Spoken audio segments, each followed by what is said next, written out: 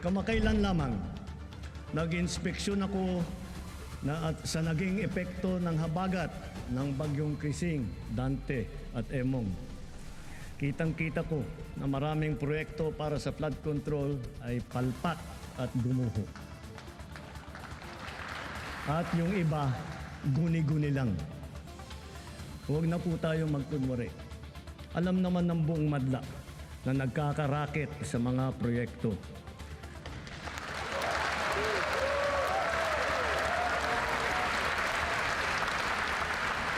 Mga kickback, mga initiative, errata, SOP, for the boys.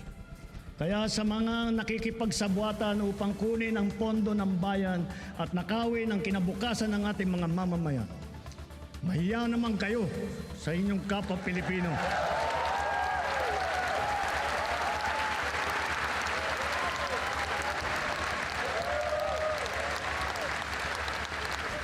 Mahiya naman kayo sa mga kabahayan nating naanod o nalubog sa mga pagbaha. Mahiya naman kayo, lalo sa mga anak natin na magmamana sa mga utang na ginawa ninyo nang binulsan nyo lang ang pera.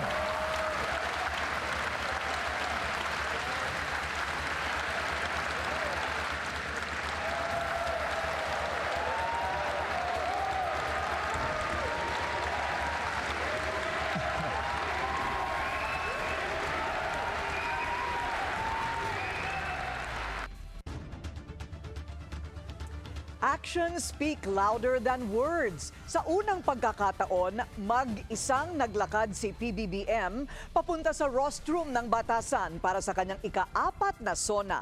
Hindi rin siya sinalubong ng speaker na nakagawian na.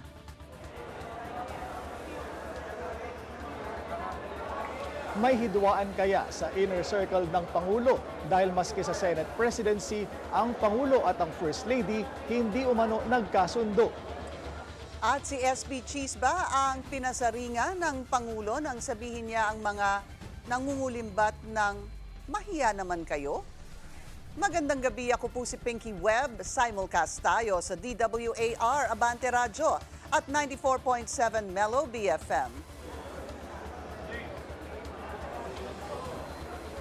Ako naman si Willard Cheng. Mapapanood din tayo sa Beam TV 31, Signal Channel 24, Converge 74, Sky Cable Channel 33 at Samsung TV Plus.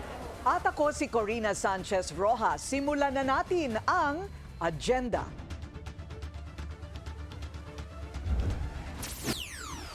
Mahiya naman daw kayo. Mga umano'y ginamit ang flood control projects para mangurakot. Binanata ni PBBM, mga kumpanya ng pamilya Villar, pinuna rin. Ang SONA highlights at live updates mula sa Batasang Pambansa, tutukan. SP Cheese at House Speaker Martin Romualdez mananatili sa pwesto. Presidential son Sandro Marcos, House Majority Leader na. Game of Thrones, Malacanang Edition. First couple, hati umano sa sinuportahan sa pagka-Senate President. Abangan ang aming exclusive report. Senators Bam Aquino at Kiko Pangilinan sumali sa Majority Bloc. Batikos mula sa Kakampinks, bumuhos. Desisyon ng Korte Suprema sa impeachment articles laban kay VP Sara, ginagalang ni Speaker Martin Romualdez, pero Kamara hindi raw mananahimik. At Les Miserables magbabalik sa Pilipinas.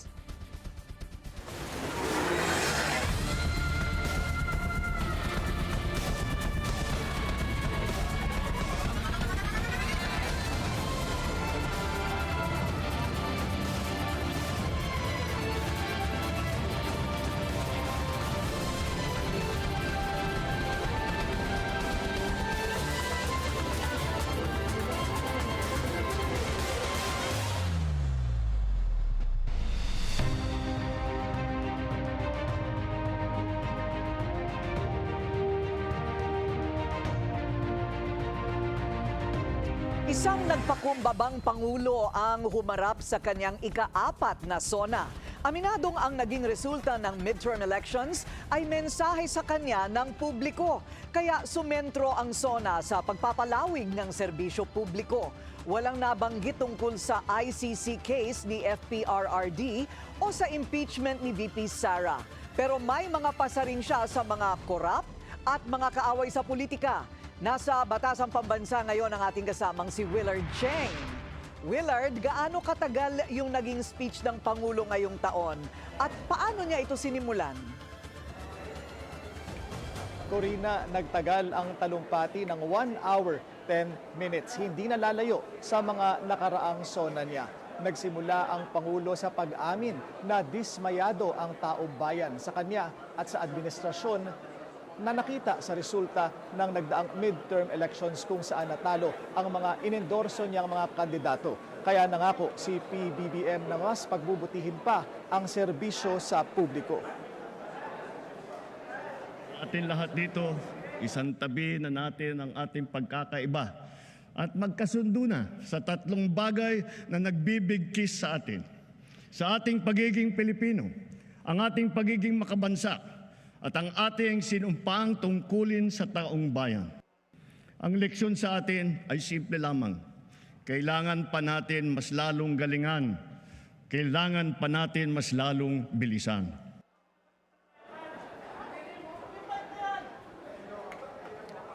Isa sa pinalakpakang bahagi ng SONA ang babala ng Pangulo sa mga nagpabaya at dahilan ng palpak na serbisyo ng mga water district at joint venture partners nito kasunod ng mga reklamo ng kawalan ng tubig sa ilang lugar. Tila pagpaparinig sa prime water ng mga Villar na pinutaktin ng mga reklamo ng mga customer. Nakita pang lumapit si Senator Camille Villar para batiin si PBBM sa Batasan Session Hall bago nagsimula ang SONA. Nakita ko na ang report. Kaya't ginagawa ng luwa ngayon ang mga mabisang hakbang laban sa palpak na serbisyo ng mga water district at kanilang mga joint venture partners.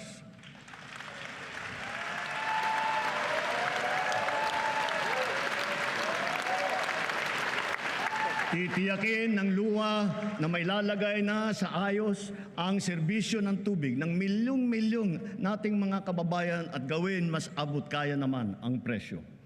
Higit sa lahat, titiyakin natin mapapanagot ang mga nagpabaya at nagkulang sa mahalagang serbisyong publiko na ito.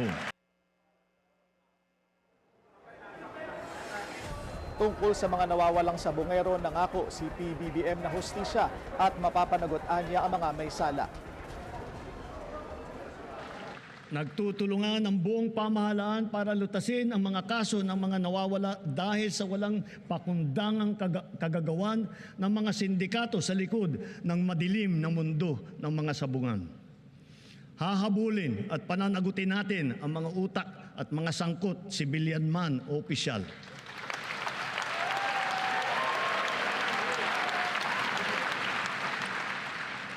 Kahit malakas, mabigat o mayaman, hindi sila mangingibabaw sa batas. Higit sa lahat, ipararamdam natin sa mga salarin ang bigat ng parusa sa karumal-dumal na krimen ng mga ito. Pangulo na walang anomalya sa pagbili ng laptop para sa mga guro. Tila pasaring sa Duterte administration na sumabit sa questionable procurement ng overpriced laptops.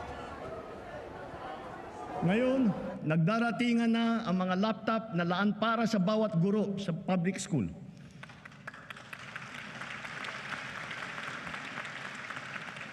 Tiniyak natin na walang anomalya sa pagbili ng mga laptop na ito. May pangako ring mga dagdag na scholarships at mapagaan ang trabaho ng mga teacher at bayad para sa kanilang overload at overtime. Sa pagbida ni PBBM ng mga atletang Pinoy at suporta ng administrasyon sa larangan ng sports, nag-adlib ang Pangulo at nabanggit si PNP Chief Nicolas Torre na hinihintay pa ang sagot ni Davao City Acting Mayor Baste Duterte sa hamon nitong boxing. Dahil sa mga ito, ang ating kabataan ay maagang namumulat sa sport, humuhusay at tumataas ang kumpiyansa. Sumusunod sila sa yapak ng ating mga kampyon at world-class na athlete tulad ni Senator Manny Pacquiao, ni Heidelin Diaz, ni Caloy Yulo, Ira Villegas, Nesty Petesio, EJ Obiena, Alex Ayala, ang Paralympian natin na sina Gerald Mangliwan, Sandy Asusano, Angel May Otom, at Ernie Gawilan. Sama na rin natin yung bago nating kampiyon, si PNP Chief Nick Torres.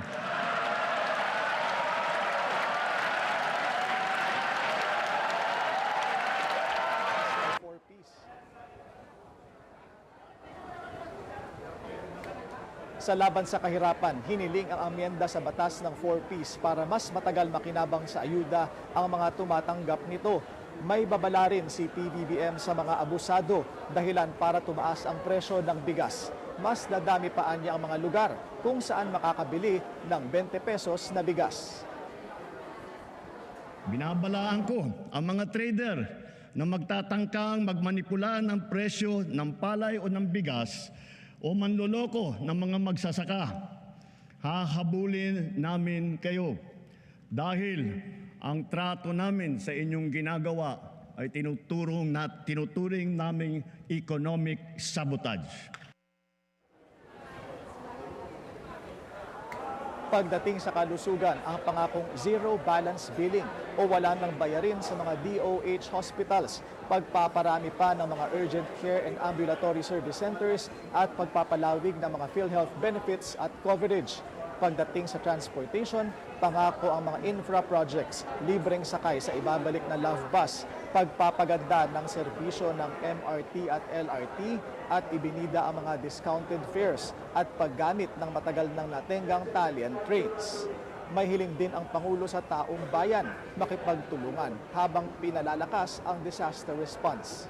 Sa problema sa mataas na presyo ng kuryente, sagot ni PBBM ang paggawa ng sariling kuryente at pagpapalawig sa mga pwedeng pasok sa lifeline rate ng kuryente. Hindi lang mga 4Ps members kundi pati na rin yung mga maliliit ang kinikita at konsumo sa kuryente. Kasunod ng matinding pagbaha kamakailan, nagbabala si PBBM sa mga nagpabaya at kumita sa mga flood control projects. Nangako siya na isa sa publiko ang mga proyekto at kikilatisin kung ano-ano ang mga nabigo, hindi natapos at mga ghost projects. Tila pasaring ito kay SP Cheese Escudero na iniulat ng politico.com.ph na pinangunahan ang pag-insert ng higit 142 billion pesos sa 2025 national budget para sa mga questionabling flood control at infra projects para sa mga kaalyado. Kamakailan lamang, nag-inspeksyon ako sa naging epekto ng habagat ng bagyong Krising, Dante at Emong. Kitang-kita ko na maraming proyekto para sa flood control ay palpak at gumuho. At yung iba, guni-guni lang. Huwag na po tayo magkunwari. Alam naman ng buong madla na nagkakaraket sa mga proyekto.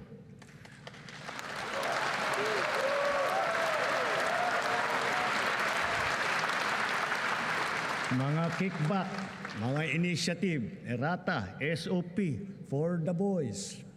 Kaya sa mga nakikipagsabwatan upang kunin ang pondo ng bayan at nakawin ang kinabukasan ng ating mga mamamayan, mahiya naman kayo sa inyong kapwa Pilipino.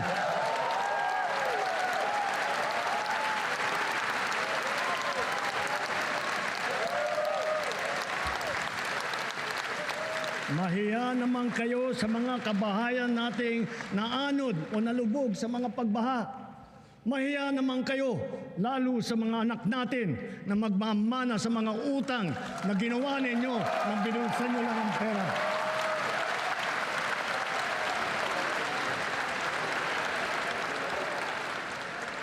Kadalasan pagkatapos ng State of the Nation address ay magsusuliti na ang palasyo ng kanilang panukalang budget para sa susunod na taon. Inaasahan yan na mangyayari bukas. Balik sa iyo, Corina. So Willard, parang ibang klasing Pangulo ang ating napakinggan ngayong araw. Parang tipong mas matapang, mas desidido, pero salita pa lang yon, kailangan makita natin kung paano talaga nila babantayan. Itong sinasabing pasaring kay SP Cheese, sino ba daw ang mananagot dito? Meron ba siyang binanggit sa kanyang State of the Nation address tungkol sa allocation ng budget? Sa ngayon, Corina, wala pang binanggit na mga specific names kung sino-sino ang mga mananagot. Pero inaasahan na mangunguna sa pagkilatis niyan ay siyempre ang ahensya na nangangasiwa dito, ang DPWH, Corina. At kasama dyan ang flood control, ano? Okay, maraming salamat kasi medyo may konting problema tayo, Willard. Thank you very much, Willard Cheng, live nag-uulat mula sa Batasang Pambansa.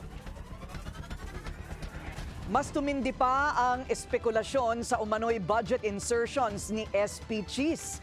Nahulikam kasi ang kanyang pagbisita sa Kamara not once but twice sa kasagsagan ng BICAM deliberations sa 2025 budget. Ang detalye sa agenda report ni Dexter Ganibe, live nagulat mula sa Batasang Pambansa. Dexter, so ano na ang latest dito sa tinaguriang ham and cheese insertions? Corina, mukhang hindi natatagal ang ham and cheese na breakfast o merienda sa Senado dahil ang sunog, kahit takluban mo man ng malaking planggana, sisingaw at sisingaw pa rin ang usok nito.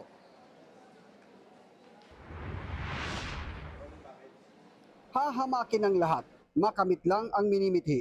Isang kasabihan na naging gabay ng ilan para magtagumpay sa buhay.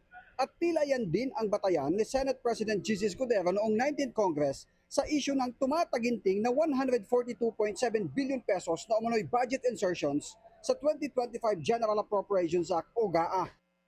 Sa video na nakuha ng Politico.com mula sa security footage ng Batasang Pambansa, makikita si SP Cheese sa North Wing hallway papasok sa tanggapan ni House Speaker Martin Romualdez. Naka-rubber shoes siya, maong pants at printed shirt. Ang oras, pasado 2:00 ng hapon. Ang petsa, November 30, Bonifacio Day, holiday. Nasundan ito ng isa pang pagbisita sa House. Ang unang pagbisita nangyari 2 araw matapos simulan ang Bicameral Conference Committee para sa GAA. Wala pang Senate President sa kasaysayan ang bumisita sa House sa kasagsagan ng BICAM deliberations ng national budget, partikular sa panahon ng pag-reconcile ng mga magkaibang probisyon ng kanilang bersyon. Naaprobahan ng BICAM ang national budget noong December 11, 2024. At sa pag-aaral ng Politico.com, pangalawa ang lalawigan ng Sorsogon na home province ni Escudero sa nakakuha ng pangalawang pinakamalaking budget para sa mga proyektong pang-infrastruktura kasama ang flood control projects.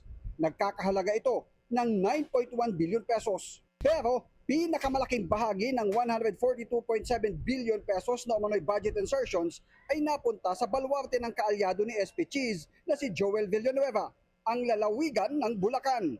Higit ito sa 12 billion pesos.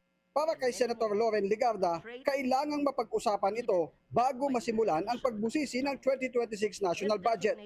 It is important before we proceed to the NEP of 2026, we have to exercise our strict oversight on the GAA of 2025. Meaning, suriin natin saan nagkamali, saan ang pagkukulang, saan ang mali.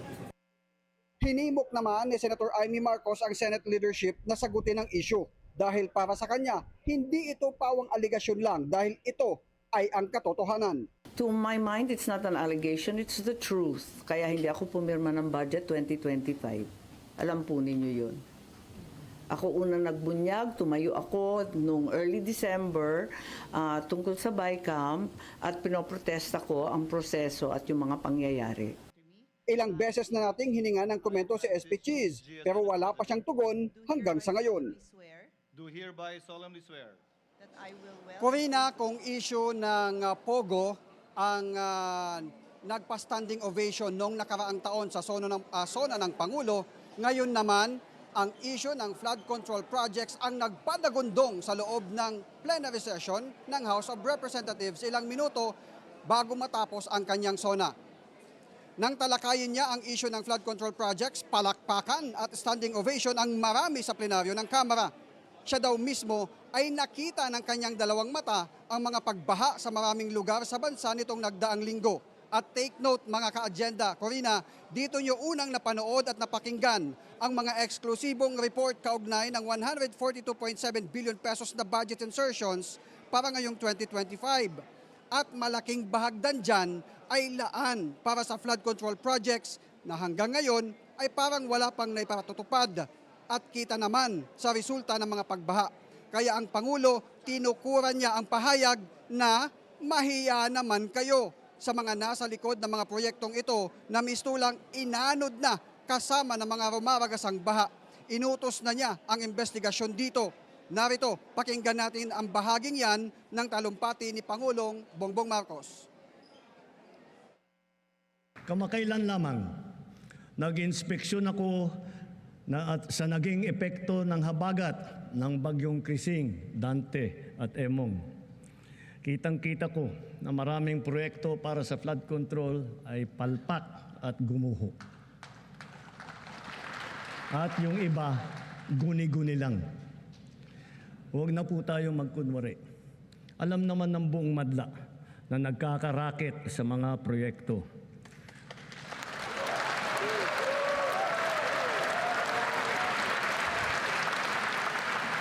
Mga kickback, mga initiative, errata, SOP, for the boys.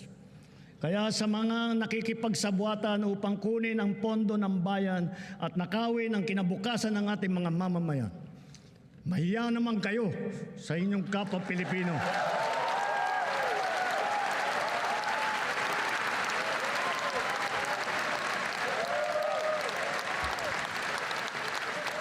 Mahiya naman kayo sa mga kabahayan nating naanod o nalubog sa mga pagbaha. Mahiya naman kayo, lalo sa mga anak natin na magmamana sa mga utang na ginawa ninyo nang binulsan nyo lang ang pera.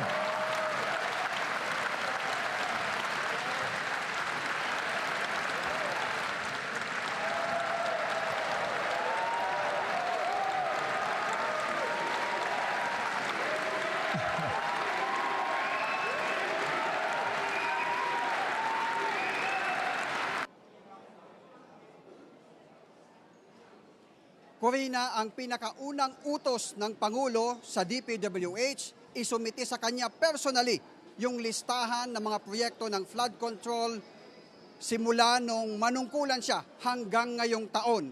At kanyang re-reviewin ito, yung mga nagawa na, yung ongoing at yung mga ghost projects na flood control projects. At ang pangako ng Pangulo sa publiko, isa sa publiko, ipapublish niya ang listahan ng mga ito. Corina? Wow, so exciting pala kung seryoso talaga si Pangulong Marcos, ano? Pero sino ang magbabantay sa DPWH? Talagang DPWH din ang magbabantay sa sarili niya. Tungkol dito sa mga proyektong kontra-baha? May mga nakausap na tayo mga Senator Corina. Ang sabi nila, magsasagawa sila ng investigasyon. Kukwestiyonin nila ito bago pa man magsimula yung deliberasyon para sa 2026 national budget. Corina? Ayan, oo. Kasi parang kailangan yata ng komite para lang sa pagbabaha. Kasi yan talaga ang tinayuan no, sa speech o talumpati ni Pangulong Marcos. Pero napansin mo rin, Dexter, walang banggit sa buong 1.5 oras na speech ang tungkol sa ICC, sa pagkakakulong ni Pangulong Duterte. Yes, at gayon, ICC. at gayon din yung impeachment ni VP Sara at gayon din yung issue tungkol sa online gaming. Oo, actually yun ang inaabangan din natin na baka dahil tulad nung nakaraang taon, Pogo, may kinalaman sa gaming, pero kanina nagulantang ang lahat nang banggitin niya yung tungkol sa mahiya naman kayo doon sa mga nagnanakaw ng kinabukasan ng mga kapwa Pilipino. Corina. Ayun, so isipin na lang natin na baka yun ang kanyang pinatuturingan. Pero yung sa espesipiko, wala siyang banggit sa tatlong issue na iyan. Okay, maraming salamat Dexter Ganibe. Nag-uulat siya ng live mula sa Batasang Pambansa.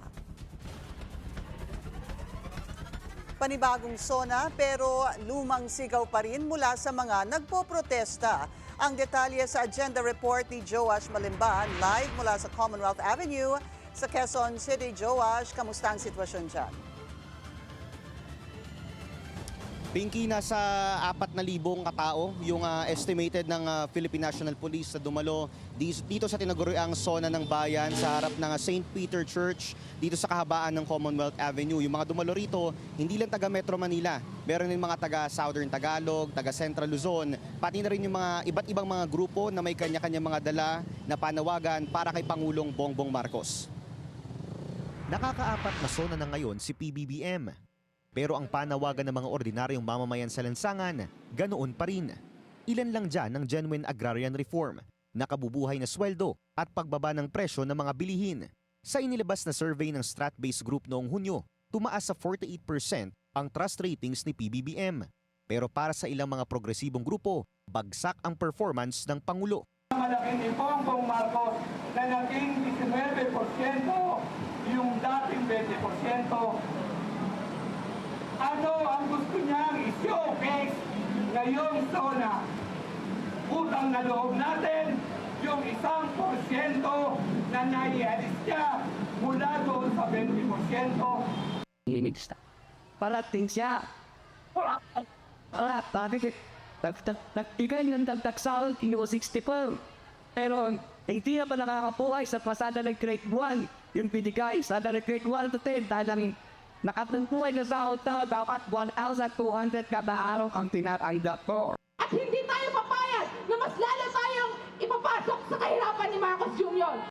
Air-conditioned, puno ng security at komportabling nakaupo ang mga panauhin sa loob ng batasang pambansa habang idinideliver ni PBBM ang kanyang talumpati. Pero ilang kilometro sa labas nito, idinaos ng mga aktivista ang tinatawag nilang Zona ng Bayan.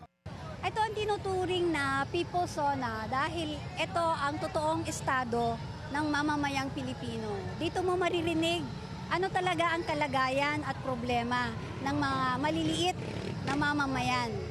Ang reality kasi, kahit sinasabi ng Pangulo na siya ay nagbibigay ng serbisyo sa mamamayan, hindi natin nararanasan yun. Hindi natatamasan ng mamamayang Pilipino. Halimbawa sa kalusugan, sinasabi niya na he will bring health closer to the people. Hindi yun naramdaman ng karaniwang mamamayang Pilipino. Hindi rin nawala sa mga rally kanina ang pagkontra sa naging desisyon ng Korte Suprema sa impeachment ni VP Sara. Sa naganap na impeachment process na ginagawa ngayon, na nagpakita siya ng kalambutan, parang bakla ang posisyon niya dahil unang-una pa lamang ng pagbubuo ng impeachment nito ay unang-una pa lamang ay sinabi na niya ayaw niya ng impeachment. Kaya bahagi yon doon sa pagpunta namin dito bilang pagkondena sa pagbasura ng Korte Suprema doon sa impeachment trial. Hindi rin nawala ang tradisyon ng pagsusunog ng mga effigy tuwing zona. Sa kabilayan ng paalala ni PNP Chief Nicolas Torre na hindi ito papayagan dahil sa paglabag daw ito sa batas. Kaya ang isang grupo na nagprotesta sa labas ng Department of Agrarian Reform nabugahan ng tubig habang nagsusunog ng tila muka ng Pangulo. Pinky, concluded na yung programa dito at wala na halos tao except dun sa mga natira na naglilinis. Pero mabigat pa rin yung daloy ng mga sasakyan dito sa may Commonwealth Avenue. Usually tinatapos yung programa, Pinky, sa pagsunog ng effigy. Pero dito kanina, imbis na sunugin, ay sinira na lang nila yung effigy na inihanda para sa kilos protesta. Hindi natin nakumpirma kung dahil ba ito dun sa earlier pronouncements ni PNP Chief General Torre na bawal yung pagsusunog dahil lalabag daw ito sa batas. Pero earlier nga kanina, tulad ng nasa report natin, merong protesta doon sa Department of Agrarian Reform kung saan in-extinguish ng Bureau of Fire Protection yung kanilang effigy. Overall, naging mapayapa at organized naman yung naging dispersal dito sa naging kilos protesta sa tinatawag na Zona ng Bayan. Pinky. Maraming salamat, Joash Malemban, reporting live mula sa Commonwealth Avenue sa Quezon City.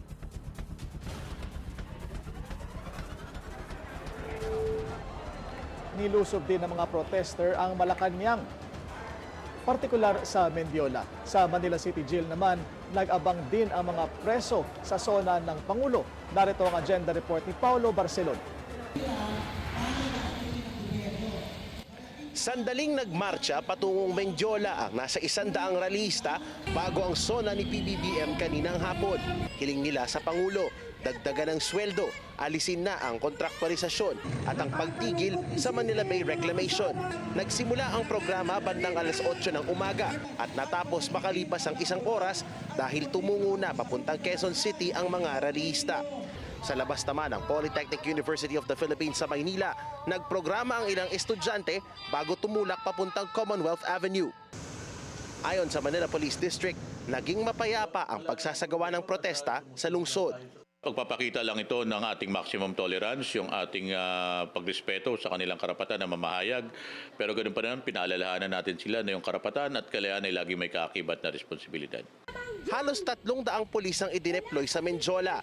Binantayan rin ng PNP ang liwasang Bonifacio. Ang ilang inmate naman sa Manila City Jail, inabangan din ng SONA. Nag-set up ng TV sets sa loob ng male dormitory para mapanood ang talumpati ng Pangulo at abangan ang mga programa niya para sa mga persons deprived of liberty. Para sa Agenda, Paulo Barcelon, Billionario News Channel.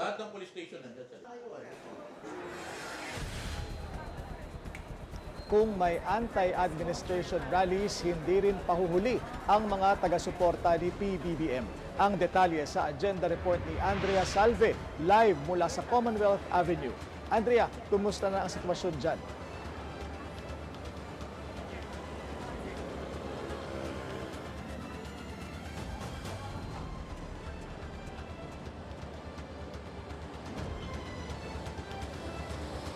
Wala man ang malaking entablado ngayong taon, umaasa ang pro-PBBM groups na sapat ang kanilang presensya para umabot hanggang batasan ang kanilang suporta sa ika-4 na SONA ng Pangulo. Isa si Fernando Hadyon sa attendees ng pro-administration rally sa labas ng Sandigan Bayan ngayong taon. Bit-bit ang kanyang pride flag, dala-dala raw niya ang pinamumunuang LGBT organization. Anya malaking pagbabago sa pagtrato ng lokal na pamahalaan sa kanilang komunidad ang hatid ng BBM presidency. Isa rin po kami sa nakasama o nakatulong o natulungan po sa bawat LGU o community na ginagawa activities para po masuportahan ang bawat isang LGBT community. Ang government employee namang si Nelly Valiente, pinasasalamatan ng Pangulo para sa mga benepisyong patuloy niyang natatanggap mula sa kanyang ahensya. Dito kami nagtatrabaho sa MMDA, tapos kung anong nakaraan, pinagpatuloy na naman po. Tsaka okay naman po yung pagpapalakad para sa amin. Gayon din para kay Romualdez de Leon na kahit nagtatrabaho na rin ang mga anak ay desidido pa rin sumuporta sa kanyang pamilya. Wala raw pinagkaiba ang dating Marcos administration at ang bago ngayon, epesyente at epektibo. Bagay sa pagpalakad niya, okay naman. Hindi katulad nung nakaraan na mga nagdaan na medyo hirap sa yung binibigay niya naman yung para sa tao. Napanatili ang kapayapaan sa labas ng Sandigan. Malaki rin ang naging epekto ng lagay ng panahon kaya kanya-kanya rin sila ng sukob sa kanilang mga payong. Bandang alas 3 naman ng hapon nang ma-activate na ang signal jammer sa lugar. In place din ang security measures na ipinatutupad ng PNP para matiyak na walang kaguluhan ngayong araw ng SONA.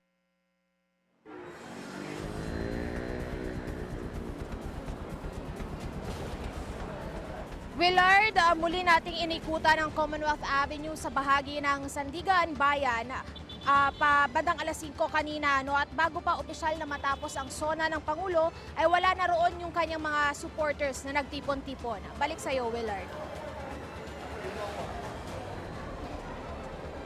Maraming salamat sa iyo, Andrea Salve, live mula sa Commonwealth Avenue. Ngayon naman ay makakasama natin si Mamamayang Liberal Representative Laila De Lima for her reaction to the State of the Nation address. Good evening, ma'am. Good evening, Thank Willard. you for joining us. Ma'am, diretsuhin ko na po. Mukhang hindi po na-address ang elephant in the room, so to speak, doon sa SONA. Yung kaso ni FPRRD sa ICC, maging ang impeachment ni VP Sara. What do you make of it, ma'am? Yes, ako ganun din. Naisip ko rin yun, nakita ko kaagad yun. Na dapat may sinabi siya, kahit ilang sentence lang, tungkol sa accountability. He need not really point out yung mga naging mali dun sa decision ng Supreme Court. He need not call out the Supreme Court for that decision na medyo disappointing sa marami. But at least he could have really highlighted, stressed the significance, the importance of accountability and the mechanisms of accountability. Lalo na may ilan na parte siya, especially dun sa dulo na nagustuhan ng lahat. Maraming pumalakpak dun sa, dun sa pinakadulo na niya about yung mga flood control projects na talaga daw pananagutin. He sounded strong about that. Medyo matapang yung naging dating niya, which is not his usual na stance, di ba? So, kasama yon. And then the confidential funds, the intelligence funds, and of course the ICC. Again, the ICC case, ICC is the mechanism of accountability also. So he could have he could have mentioned the principle of accountability in relation to the ICC case, in relation to the impeachment case, and of course, sa budget, kasi meron naman siyang sinabi tungkol sa budget, na parang there is some kind of I don't want to call it a threat, pero sabi niya, wag niyong gagalawin yung mga nasa National Expenditure Program. Although we cannot really say that, and we cannot really demand for that, na wag gagalawin, kasi remember, Congress has the power of the purse. Pero tama, kung ang punto niya is that kung gagalawin niya na naman in such a way na magiging source na naman of corruption ang ilang mga items dyan, especially the public works projects items, yun ang hindi niya magugustuhan.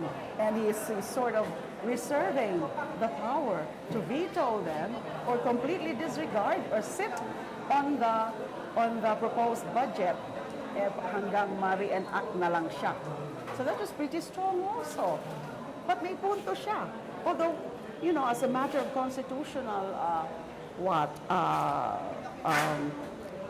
constitutional principle, wag naman yung gano'n na para bang wala nang karapatan ang Kongreso na pakialaman ng National Expenditure Program dahil nga Kongreso ang may karapatan sa purse, power of the purse. And minsan din po kayo nagsilbi sa executive. Sino po ang tingin yung dapat manguna sa investigasyon doon sa mga questionable flood control projects kung yung DPWH po mismo ay mukhang sabit po dito?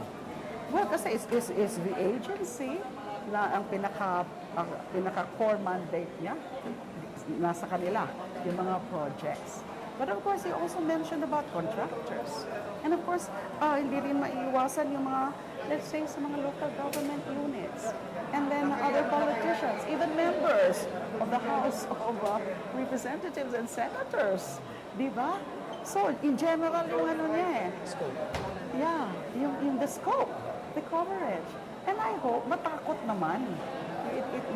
I hope magkakaroon ng chilling effect dun sa mga, lalo na yung mga talagang sanay na mga urako. Mukhang dapat ombudsman po yata, ano po ma'am? Ombudsman ang manguna. Kaya, of course, ombudsman as the investigative agency and other investigative agencies of government depende sa salary grade. Maraming salamat po, Congresswoman Laila De Lima, sa inyong panahon at pagsama sa inyong Thank you. programa. Magandang gabi po. Pamilya Duterte at mga taga-suporta kinontra ang SONA ni PBBM. Susunod yan sa agenda.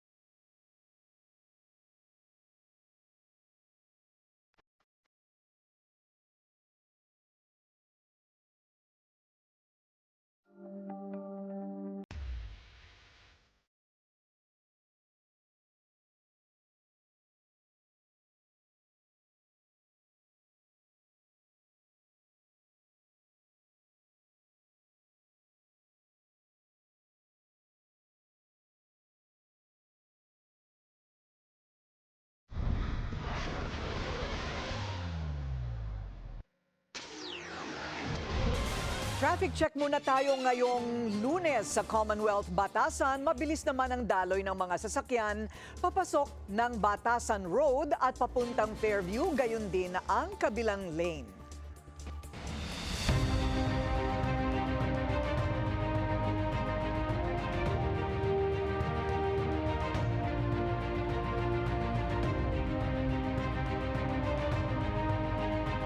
Balot man ngayon sa kontrobersya, nasa kamay pa rin ni Cheese Escudero ang Senate presidency ng 20th Congress.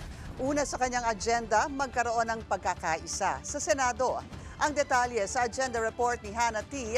Live mula sa Batasan. Hannah, ilang botong nakuha ni Escudero para manatiling SP? Pinky, 19 o 19 ang nakuhang boto ni Senate President Cheese Escudero para manatili siya sa pwesto. Mas mataas yan doon sa inaasahan nating 16 or 17 votes na nakuha umano ng kampo ni Escudero bago pa man magbalik sesyon.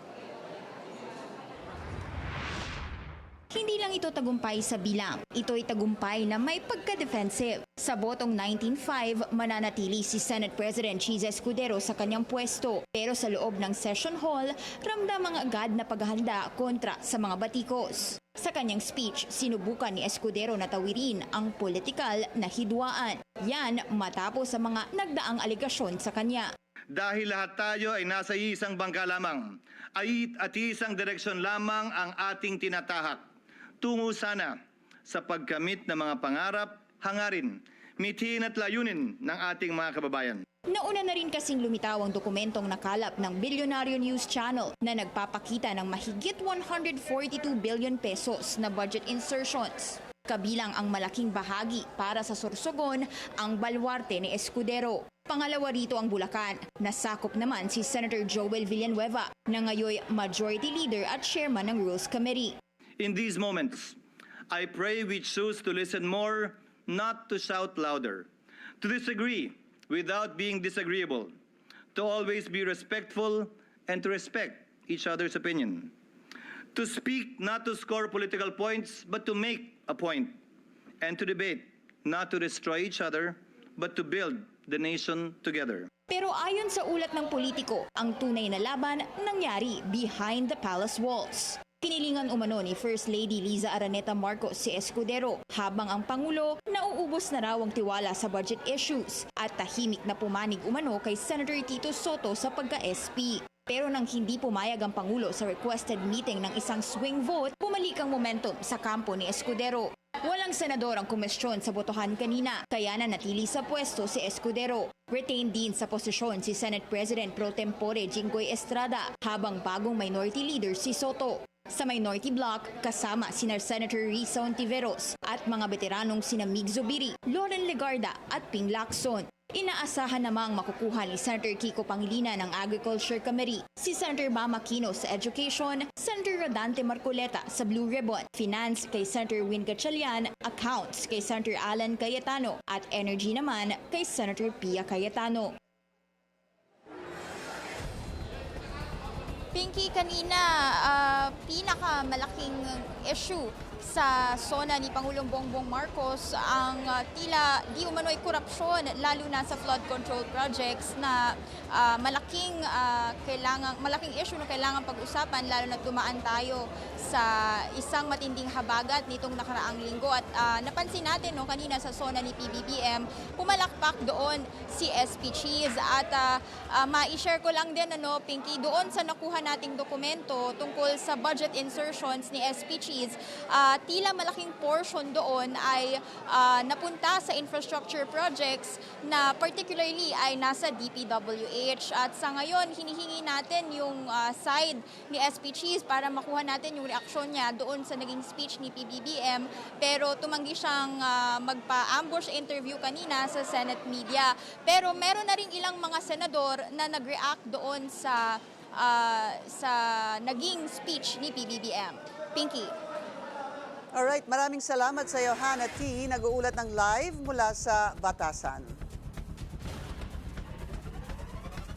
Tulad sa Senado, hindi rin nagbago ang liderato ng Kamara sa 20th Congress. Si Leyte Representative Martin Romualdez pa rin na ang House Speaker.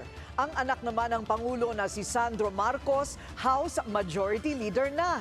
Narito ang agenda report ni Joan Manalo live mula sa Batasan. Joan, paano bumoto ang mga kongresista o ito'y done deal na bago pa sila nagbotohan?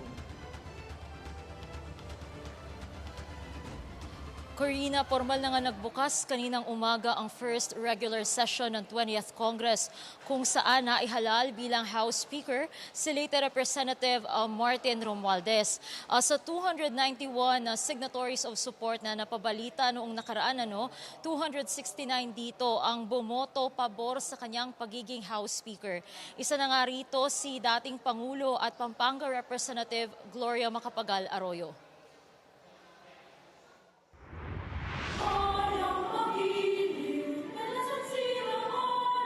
Nagbukas ang first regular session ng 20th Congress kaninang alas 10 ng umaga kung saan nag-roll call ng mga kongresista. 290 out of 313 House members ang dumalo sa sesyon na sinimula ng eleksyon ng House Speaker. Nagsalita si Quezon Representative J.J. Suarez para i-nominate si Leyte Representative Martin Romualdez. Seconded ito ni na Ilocos Norte Representative at Presidential son Sandro Marcos at iba pang kaalyado, kabilang ang iba't ibang political party tulad ng Nationalist People Coalition, National Unity Party, Nationalista Party at Portales Coalition Foundation. Nakakuha ng 269 affirmative votes si Romualdez. 34 House members naman ang nag-abstain. Ilan na rito sina ML Portales Representative Laila De Lima, Kabataan Portales Representative Rene Co, Akbayan Portales Representative Chel Jokno, at Kamanggagawa Party List Representative Elay San Fernando. Sa acceptance speech ni Romualdez, ibinahagi niya na buong puso niyang tinatanggap ang muling pagtitiwala sa kanya bilang House Speaker ng 20th Congress. This indeed is an honor that I embrace with full awareness of the responsibility it entails, not only to this esteemed institution, but most importantly, to the Filipino people we have all sworn to serve. Ang tiwala ay hindi gantimpala, kundi panibagong hamon. At bawat hamon ay pagkakataon para mas maglingkod ng mas tapat, mas totoo, mas buo. Dagdag pa niya, bitbit daw ng 20th Congress ang naitatag na pundasyon mula sa nakaraang Kongreso para magtulak pa ng mga reformang makakapagpalapit sa kanila sa mga Pilipino. We convene at a time that demands unity of purpose, clarity of vision, and courage of conviction. We are not here to preserve power, but to pursue progress, not to serve ourselves, but to uplift the lives of our fellow citizens. Naihalal din bilang House Majority Leader si Sandro Marcos. Siya ngayon ang pinakabatang naging Majority Leader at 31 years old. At bilang Majority Leader, si Sandro ang magsisilbing Rules Committee Chairman at mamamahala sa pagsasaayos ng House Legislative Agenda.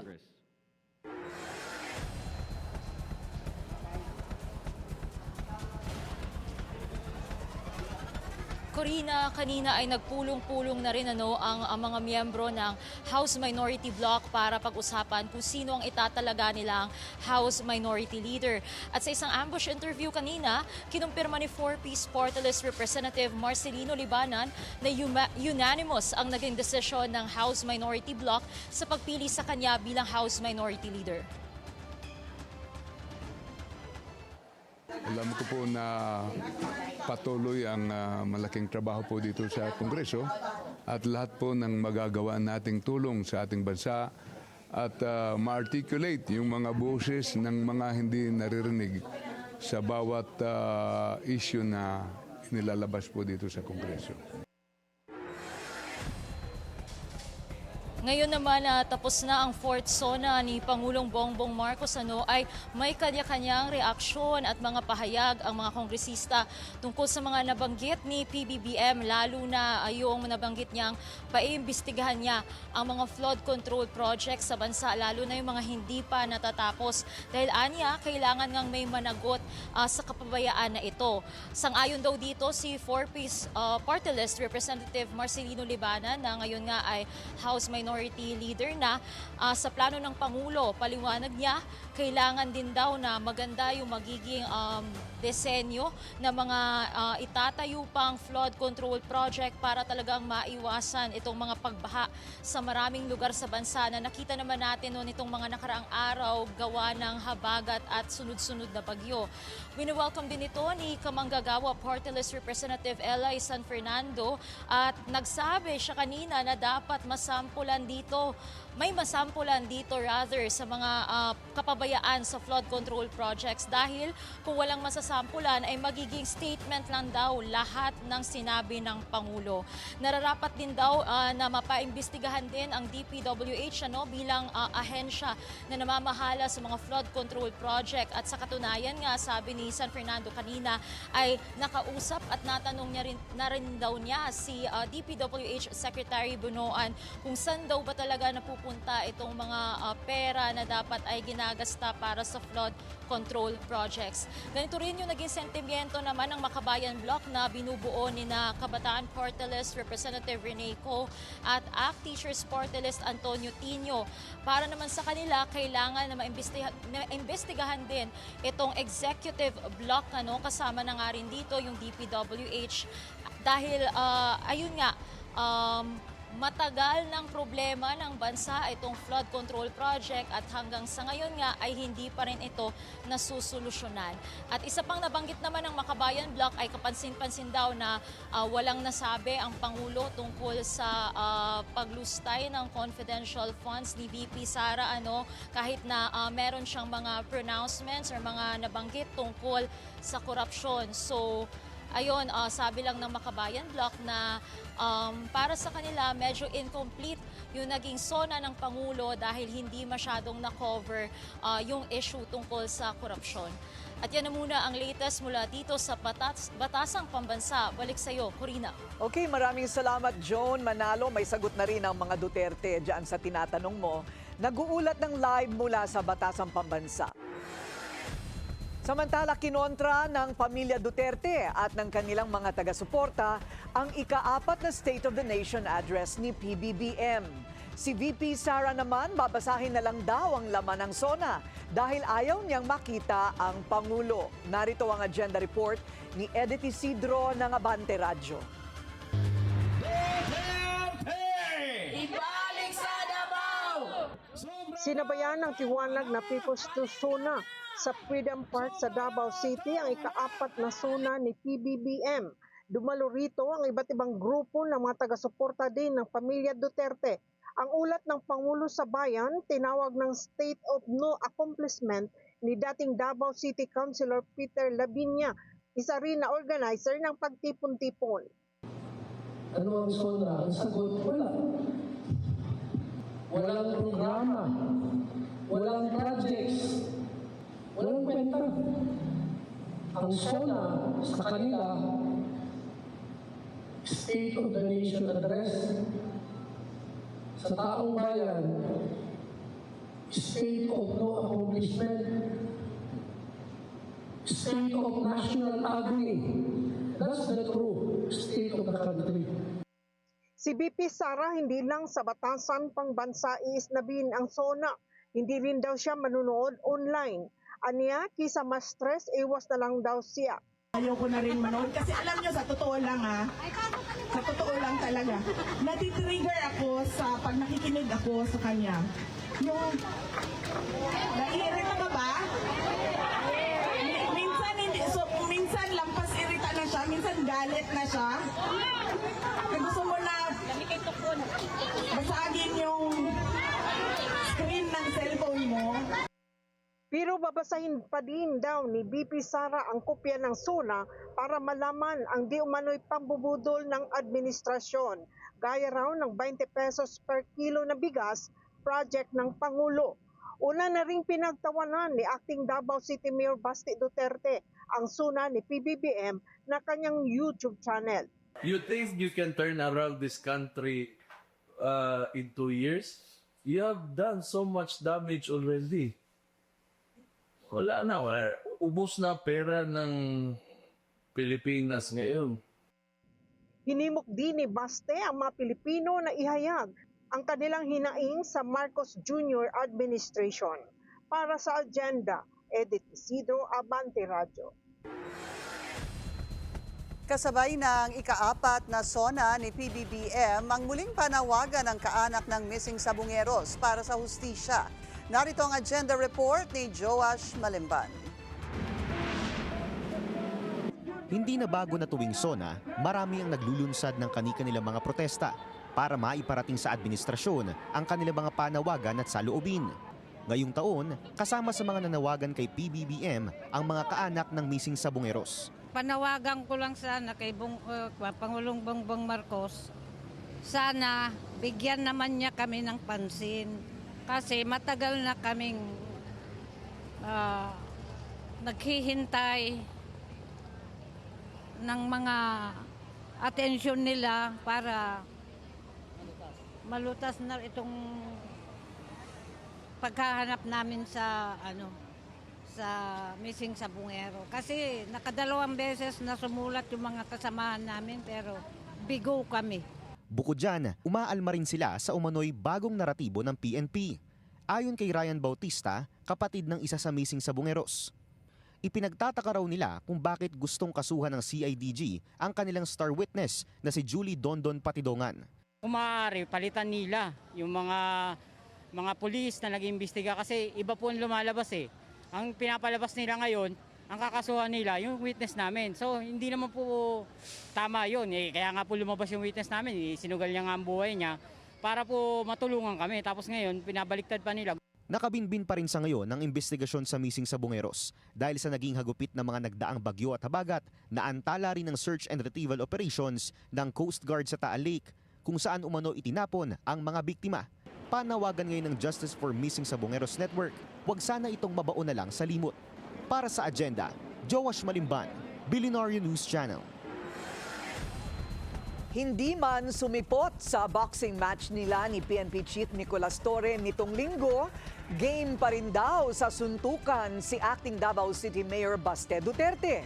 Pero si Torre hindi na raw papabudol ulit. Narito ang agenda report ni Francis Polve. Nag-post ng fake news alert sa kanyang Facebook account si PNP Chief Nicolas Torre para linawin ang shared post ni General Pilmor Escobal na nagtatanong umano kung totoong mandatory ang boxing match for a cause na ginanap sa Rizal Memorial Coliseum nitong linggo ng umaga. Totoo rin daw ba na mandatory ang mag-donate? Sagot ni Torre, hindi nila inobliga na dumalo ang mga pulis. Katunayan, kinulang pa ang ibinentang ticket sa venue. At umabot sa halos 20 million pesos ang ticket sales.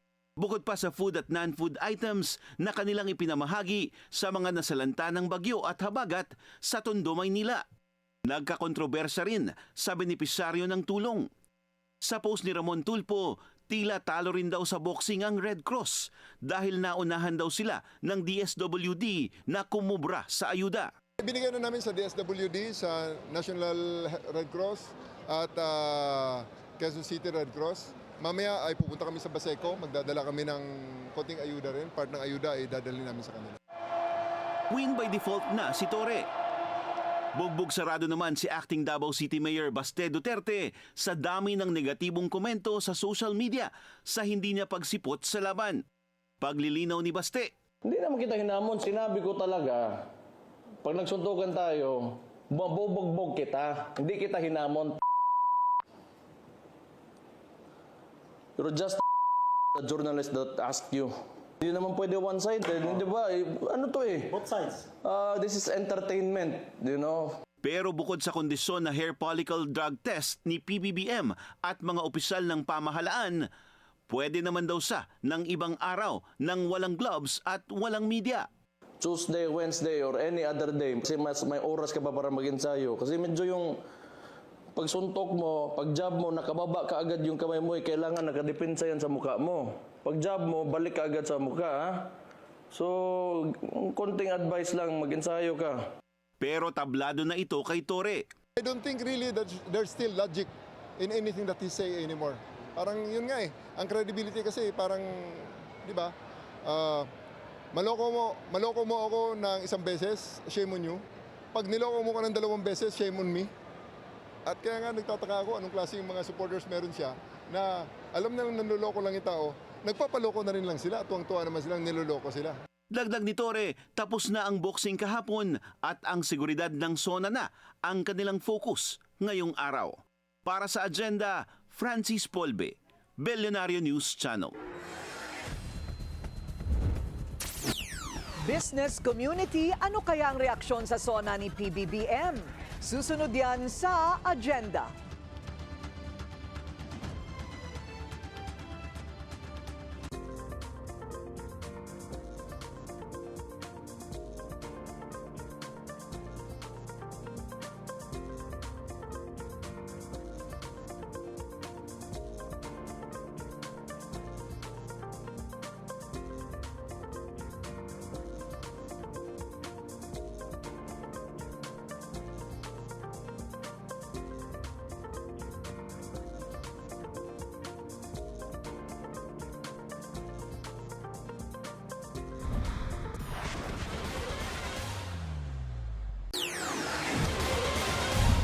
Traffic check ulit tayo sa Commonwealth Tandang Sora naman. Mabigat ang daloy ng mga sasakyan papuntang Fairview.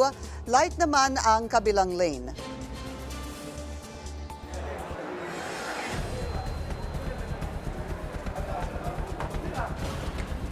Magkaiba ang manok ng first couple sa Senate presidency bago ito tuluyang napasakamay ni SP Cheese Escudero. Ang detalye sa agenda report ni Pierre Pastor. Hati umano ang first couple sa pagpili ng Senate President para sa 20th Congress.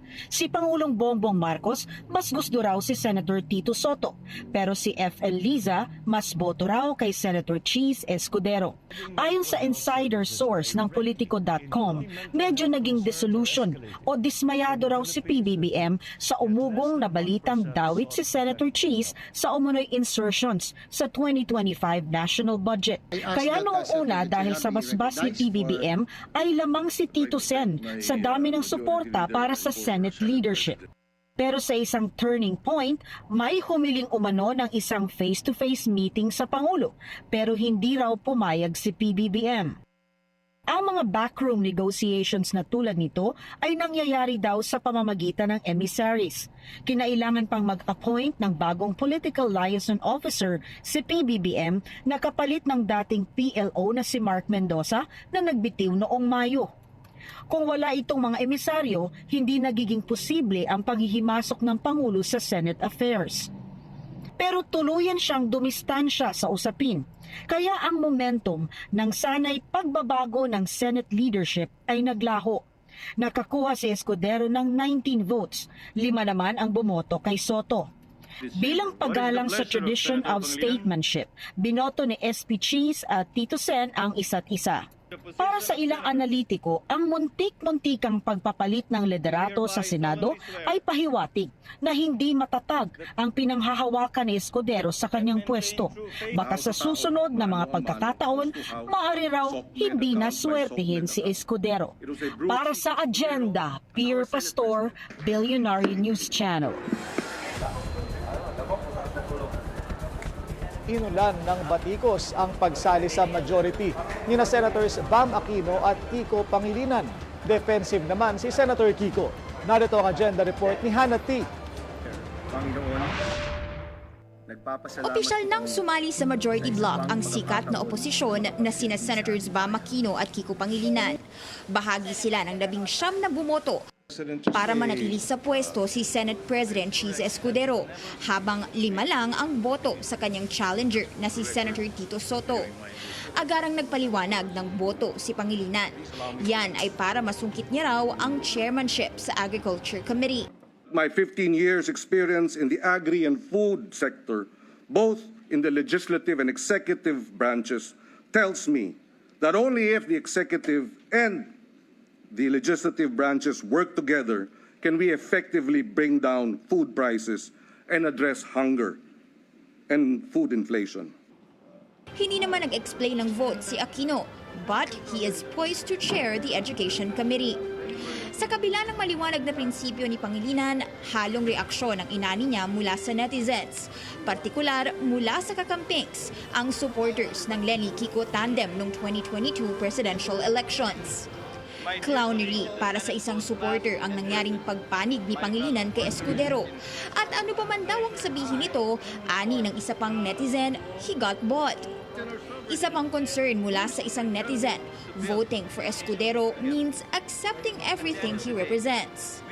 Dumaan sa matinding batiko si Escudero matapos ang di umano'y pag-delay niya ng impeachment proceedings ni VP Sara. Maging ang kilalang kakamping at theater actor na si Odi De Mora nag-retweet sa X ng isang post saying Escudero's billions worth of insertions in the national budget just got him a Senate seat. At dagdag pa sa tweet, isa itong kahihiyan. Pinuna rin ng kapwa kakamping na si Attorney Jesus Falsis ang di umano'y pork barrel ni Escudero. Anya, Escudero broke the cycle dahil siya ang unang SP na bumisita sa opisina ni House Speaker Martin Romualdez para siguruhing pasok at intact umano ang budget insertions. Sa ngayon, kailangan pang antabayanan kung totoo nga bang tila naging hudas ang Kiko Bam tandem sa mga kakamping. Pero para kay singer at Liberal Party supporter Lea Navarro, di na raw niya alam kung mapagkakatiwalaan pa niya sina Kiko at Bam. Dagdag pa niya, voting for you guys had nothing to do with committee chairmanships. It had everything to do with staying in the minority with Risa. Sa kabila niyan, kumpleto ang opposition trio sa isang photo na pinost ni Aquino kanina. Sa caption, sinabi niyang serbisyo goal silang tatlo. Ngayong first day high niya kasama ang paboritong opposition classmates. Para sa agenda, Hanat Kia, Bilyonaryo News Channel. Digitalization ang isa sa mga pangako ni PBBM noong nakaraang taon. Pero sabi mismo ng DICT, wala pang usad ang konektadong Pinoy Bill. Narito ang agenda report ni Ivy Reyes, live mula sa Batasang Pambansa. Ivy, go ahead. Pinky, wala pa ring balita sa konektadong Pinoy Bill. Iyan ang pahayag ni DICT Secretary Henry Aguda kanina na sa panayam nito sa Billionaire News Channel bago ito magtungo sa plenary hall dito sa Batasan. Ilang linggo na rin kinakalampag ang Office of the President tungkol sa bill na ito, pero hanggang ngayon ay wala pa rin daw ibinababang desisyon ang Pangulo. Pero balita ni Aguda, nakikipagdialogo na sila sa mga telco at na-address na ng ahensya ang concerns na mga ito. Bagamat hindi sinabi ng kalihim kung ano ang naging usapan nila, go signal na lang daw ng Pangulo ang hinihintay ng DICT para tuluyang lumarga ang konektadong Pinoy Bill. Matatanda ang umalma ang ilang telcos dahil sa banta ng unfair competition at hindi umano pagsunod ng bill sa ilang constitutional provisions. Pinky, kulang daw kasi sa regulatory oversight ang exemption for data providers sa congressional franchise. At ayon sa mga telco, prone to cybersecurity threats ang simplified regulation na isinusulong ng bill na ito. Samantala, kinumusta rin natin kay Secretary Aguda ang SIM Card Registration Act dahil bukod sa online scams, talamak ngayon ang unsolicited messages. Ayon kay Aguda, problema talaga ito ng SIM Card Registration Act. Pero nakahuli sila sa Cebu nitong linggo lang ng individual na gumagamit ng tinatawag nilang International Mobile Subscriber Identity o MC Catcher.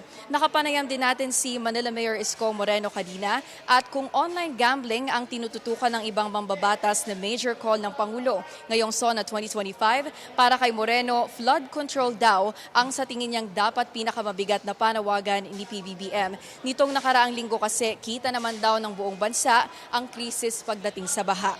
Sa speech ng Pangulo kanina, walang mga panibagong flood control projects ang dimension maliban sa mga bagong teknolohiyang ginagamit na umano ng Disaster Command Response Team ng gobyerno. Pero isang mahalaga at importanteng anggulo kanina, Pinky, bago matapos ang kanyang speech, pinag-utos ng Pangulo na isumite sa kanya lahat ng flood control projects reports ng nakaraang 3 taon. At dito rin sa pagkakataong ito, nakatanggap ang Pangulo ng pinakaunang standing ovation niya ng bigyang bantaan niya o bigyang warning niya ang mga quote-unquote kontratista at mga kasabwat nito sa umano'y corruption-ridden government contracts. At matatandaan rin natin na nakapanayam si DSWD Secretary Rex Gatchalian. Sinabi nito na hindi pa rin natatanggap ng DSWD ang mahigit 16 million na fundraising amount mula sa Sunday boxing match ni PNP Chief General Nicolas Torre. At nabuhayan nga ang batasan kanina nang magbiro ang Pangulo at tawaging bagong kampiyon si PNP Chief Torre. Nakapanayam din natin si PNP Chief Torre kanina at sinabi niyang unexpected ang pag-mention ng Pangulo but he's grateful for being mentioned by the President. Mula dito sa batasan, yan muna dito, Pinky. Parang wala nga talaga sa script kung panoorin mo dahil nakitang nagulat si General Torre nang i-mention siya ng Pangulo. Maraming salamat sa iyo, Ivy Reyes, live mula sa Batasang Pambansa. Invest in agriculture. Yan ang panawagan ni PBBM sa mga negosyante sa kanyang SONA. Nangako din ang Pangulo na pupuksain ang unemployment. Todo tutok naman ang mga negosyante sa SONA ng Pangulo. Yan ang agenda report ni Sujin Kim, live sa Philippine Chamber of Commerce and Industry sa Taguig. So Sujin, ano ang reaksyon ng mga negosyante sa SONA? Corina, sa kanyang ika-4 na SONA, diretsyong nanawagan si PBBM sa business community o sa mga negosyante na mamuhunan sa agrikultura dahil nga sa hamon ng nagmamahal na bilihin at kulang na supply. Isinulong din niyang amyendahan ang Coconut Farmers and Industry Trust Fund Act. Target ng administrasyon ang maitanim ang 100 milyong niyog sa buong bansa at mapalakas ang industriya ng niyog, asin at export processing. Nanawagan din si PBBM sa private sector na mag-invest na sa Pilipinas para mabunuan din ang puwang sa workforce. Sinabi ng Pangulo na magpupursigi ang DOLE, DTI, DSWD at DOT sa paghahanap ng mga oportunidad para sa natitirang 4% ng mga manggagawang walang trabaho. Nabanggit din ni Pangulong Marcos na tutulungan niya ang mga small business sa pamamagitan ng pautang na walang collateral at mababang interest. Inilahad ni Pangulong Marcos ang mga prioridad niya na industriya na pwede umanong maglikha ng trabaho at magpalago sa ekonomiya, kabilang ang pabrika ng mga sasakyan, electronics, biotech, pharmaceuticals, halal products, telang Pinoy at mga planta ng kuryente. Tumutok din ang business community sa talumpati ng Pangulo. Maalalang nauna nang nanawagan ang PCCI sa Pangulo na i-certify bilang urgent ang 20 bills na pinasa nila. Among the 20, nabanggit naman ni PBBM ang ilan, kabilang ang reform sa Asin Law, Internet, infrastructure, hanap buhay at MSMEs. Pero kritisismo ng business community, ano raw ang point ng pag-upskill at pagbibigay ng libreng training kung wala namang trabaho, kaya kailangan pa raw talagang i-push ang investments at pagnenegosyo. Samantala, approve sa business community ang push para sa agriculture, lalo dahil sinabi na rin ng PCCI na marami sa mga proyekto sa agriculture ang pumalpak. Nabanggit ni PCCI Chairman Sergio Ortiz Luis na there's more work to do. Halimbawa, sa corporate farming. Kinatuwa rin ng PCCI ang mention ni PBBM sa coconut at salt industries. I'm so glad that he mentioned the asin industry. That is a project that was pushed by PCCI. We helped them pass the new asin law, and hopefully we can implement it properly so that we've been importing 93% of our salt, so that once and for all we can strengthen it, and it will be a good boost because the coconut industry, which we are now pushing, is dependent on imported salt, and and that would be a good source of reason for salt industry to prosper. Corina, pinunto rin ng PCCI na tama lang na pinag-usapan sa SONA ng Pangulo ang korupsyon pagdating sa budgeting at contracts dahil anila malaking basihan o mahalagang basihan para sa mga foreign investor ang lagay ng transparency sa isang bansa. At yan muna ang latest mula rito sa Taguig City. Balik sa inyo, Corina. Maraming salamat si Sujin Kim, nagulat live mula sa Taguig.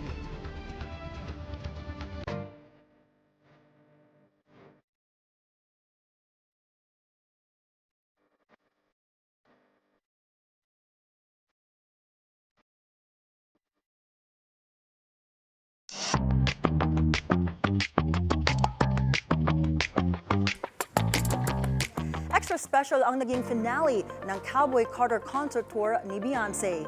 Nag-reunite lang naman ang kanyang grupong Destiny's Child sa show sa Las Vegas. Pinerform pa ni na Beyonce, Kelly Rowland at Michelle Williams ang kanilang classic hits like Independent Women, Lose My Breath at Bootylicious. 2018 nang huling nagsama in one stage ang 90s female group when they headlined the Coachella Music Festival. Heads up, theater fans! May Manila stop ang 40th anniversary tour ng Les Mis. Magsisimula ang Les Miserables World Tour Spectacular sa January 2026 sa The Theater at Soler in Parañaque City. Ayon sa GMG Productions, expect a one-of-a-kind production that Manila has never seen before. Featuring an all-star cast, the tour is billed as a breathtaking reimagining of the iconic musical. Mark your calendars, pre-selling of tickets begins in August. Les Miserables was last staged in the Philippines in 2016. 2 days to go before we hear what is probably the collab of the year. Sa July 30, i-release ang kantang Umaaligid ni Sara Geronimo at P-Pop Kings SB19. Ilalabas ang audio nito at 12 midnight while 12 p.m. naman ang music film. Ahead of this, may sunod-sunod na pasilip na ang newly launched music label ni Sara na G Music.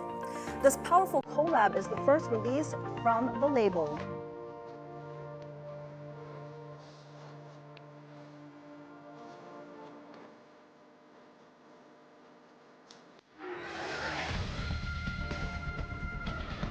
So, Will, hindi ko alam. Ako ba mauna si Willard? Baka kausap na natin si Willard. Willard, hello, can you hear us? Hi, Corina and Pinky. Hello. Miss you guys. Ayan, oo. So, pare-pareho tayong medyo... ano ang reaction mo? Sa SONA. Sa SONA. Bitin. Alam mo, maraming maganda, pero parang marami pa rin akong tanong. Alam mo naman ako, dami kong tanong, di ba? Especially sa healthcare. Pero yung dulo talaga, yung towards the end, yung paborito ko. Which yung is? sinabi niya, mahiya naman kayo. Oo Kasi sa nga. totoo lang, mahiya naman talaga kayo. Hindi totoo eh. Mahiya kayo sa mga nabasa. Mahiya kayo sa mga kapwa Pilipino. Correct. Mahiya kayo sa mga anak ninyo na siyang magbabayad ng utang. Di ba? Pero totoo yan. At totoo rin na hindi lahat pero marami sa kanila ay walang hiya. Ay? Hindi totoo nga. Kasi ano, patutubo mo ba yung hiya?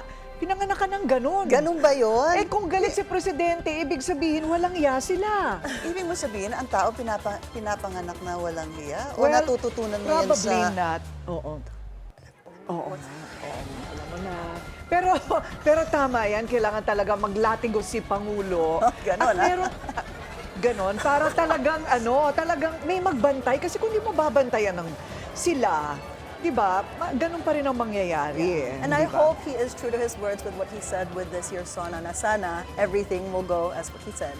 Correct. Oo, kasi madali lang ang words. Exactly. Words are easy, but to really try to make a difference before the end of his term, ayan ang Willard, anong masasabi mo? Ikaw ang nandyan. Congressman Willard, kamusta naman dyan? Nako, mga constituents ko, ang masasabi ko lang, kung iniingatan ni Corina yung kanyang kaliwang paa dahil may leptospirosis. Ako rin ingat dito dahil may kleptospirosis. Galing! Kanina mo Gaano katagal mo pinag-isipan yan? Gaano katagal? Ngayon lang.